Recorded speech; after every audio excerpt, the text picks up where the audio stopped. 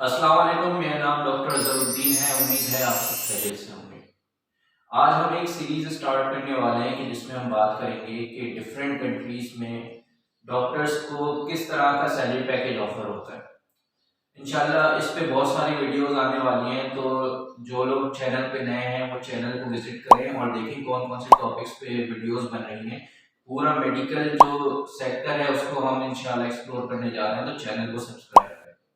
किसी भी मुल्क में अगर आप एज ए डॉक्टर अप्लाई कर रहे हैं तो सबसे पहले इस बात को समझने की जरूरत है कि उस मुल्क के लिए जो पाथवे है वो आपकी लाइफ को सूट कर रहा है या नहीं कर रहा। वो पाथवे कितना टाइम ले रहा है, वो पाथवे आपके लिए अफोर्डेबल है या नहीं, और उस पाथवे से गुजरने के बाद आपको जो सैलरी पैकेज ऑफर होगी वो कितने टाइम ड्यूरेशन में आपकी जितने भी आपने जो पैसा लगाया है उस पाथवे को कवर करने के लिए, तो वो कितना टाइम ले रहा है। बहुत सारे ऐसे डिफरेंट कंट्रीज हैं जो मैं समझता हूँ डॉक्टर्स के लिए अंडररेटेड हैं। ऐसे ही कंट्रीज में से आज हम एक मुल्क के बारे में बात करेंगे और वो मुल्क है ओमान। डॉक्टर्स को पूरी दुनिया में बहुत अच्छे सैलरी पैकेजेस ऑफर होते हैं। जरूरत इस बात की है कि इस चीज को सर्च किया जाए कि आपको कौन सी कंट्री में क्या सैलरी पैकेज ऑफर हो रहा है और वो कंट्री के जो वर्किंग आवर्स हैं या उस मुल्क का जो वर्किंग एनवायरनमेंट है वो आपको सूट कर रहा है या नहीं कर रहा। आज हम ओमान के बारे में बात करने जा रहे हैं।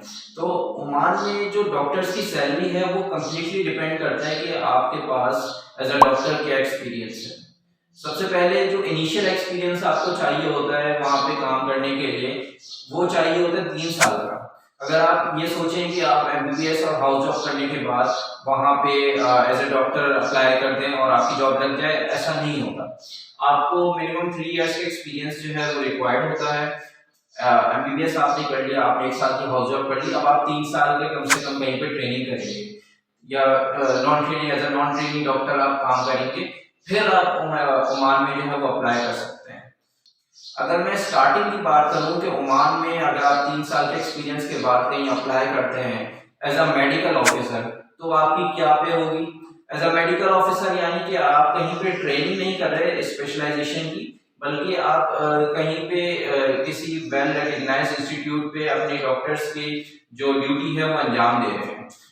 अगर मैं इजी वर्ड्स में बात करूं तो एज अ मेडिकल ऑफिसर जो आपके 3 इयर्स का एक्सपीरियंस होगा, फिर आप देन अप्लाई करेंगे तो वो सैलरी होती है अराउंड 1000 OMR यानी ओमानी रियाल टू 1500 OMR।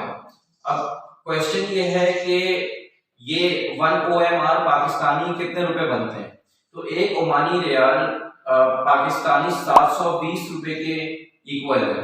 और टू बी ऑनेस्ट मुझे भी बहुत ज्यादा ये जब मैंने सर्च किया तो मुझे हैरानी हुई कि ओमान की करेंसी बहुत ज्यादा पावरफुल है। तो अगर आप 1000 ओमानी रियाल या 1500 ओमानी रियाल को अगर आप कन्वर्ट करते हैं पाकिस्तान के अमाउंट में, तो ये बनते हैं 7,20,000 से 10,80,000 पाकिस्तानी रुपए। और मैं समझता हूँ ये एक अच्छी स्टार्टिंग एक पैकेज है किसी भी डॉक्टर के लिए। डिपेंड करता है किसी भी मुल्क का क्या इन्फ्लेशन है एक्सेट्रा। अच्छा, अब मैंने बात की कि 1000 टू 1500 ओमानी रियाल, तो मैंने एक रेंज आपको दे दी। तो रेंज आपके पास इस चीज की है कि आप जिस हॉस्पिटल में एज अ मेडिकल ऑफिसर काम कर रहे हैं वो इंस्टीट्यूट या वो हॉस्पिटल कितना ज्यादा रिकग्नाइज्ड है, वहां की उस हॉस्पिटल की कितनी ज्यादा वैल्यू है, वर्थ है किसी भी दुनिया में कहीं भी। उसके साथ साथ आपका बोनस पॉइंट ये होगा कि अगर आपके पास रिसर्च की पब्लिकेशंस हो तो ये आपकी सीवी को और भी ज्यादा स्ट्रांग बनाएंगे। तो आप इस रेंज में और भी ज्यादा एज अ मेडिकल ऑफिसर ऊपर चले जाएंगे 1400-1500 OMR की तरफ। फर्दर मैं बात करूं तो अगर आप किसी स्पेशलिटी में 3 साल का एक्सपीरियंस रखते हैं तो फिर आपकी सैलरी को एक बड़ा जंप मिलेगा, क्योंकि ये फिर अमाउंट जो कि 1000 OMR से 1500 OMR बन रही थी, ये आपकी कन्वर्ट हो जाएगी आगे 2500 OMR टू 3000 OMR। तो यानी तकरीबन ये डबल आप देख रहे हैं कि ये आपका सैलरी पैकेज हो गया। तो अगर हम इसको मल्टीप्लाई करें पाकिस्तानी अमाउंट में तो ये बनता है तकरीबन 18 लाख से 21,60,000। तो ये भी मैं समझता हूँ अगर आप स्पेशलिटी में 3 साल का एक्सपीरियंस रखते हैं तो एक अच्छी अमाउंट है। ऑब्वियसली इस पे भी रेंज है। अब रेंज वही बात आ गई कि आप किन हॉस्पिटल्स में काम कर रहे हैं, कितनी ज्यादा रिसर्च पब्लिकेशन है, प्लस आप किस स्पेशलिटी में एज ए डॉक्टर काम कर रहे हैं।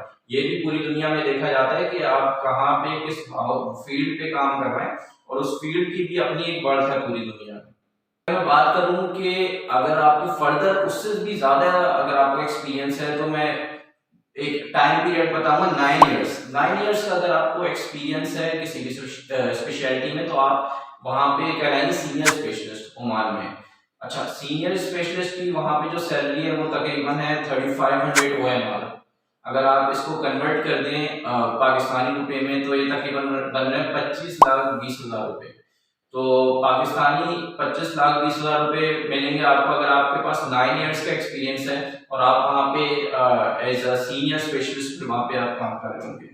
उसके साथ साथ अगर हम बात करें उससे भी ज्यादा, अगर आप सीनियर लेवल पे चले जाते हैं, यानी आप 12 इयर्स का एक्सपीरियंस रखते हैं, तो आप वहाँ पे फिर एक रिकग्नाइज्ड कंसल्टेंट, और कंसल्टेंट की वहाँ पे जो सैलरी है वो है 4500 OMR टू 5000 OMR, यानी 4,500 ओमानी रियाल से 5,000 ओमानी रियाल। और अगर हम इसको कन्वर्ट करें तो ये तकरीबन बनते हैं 32,40,000 से लेके 36 लाख तक की अमाउंट।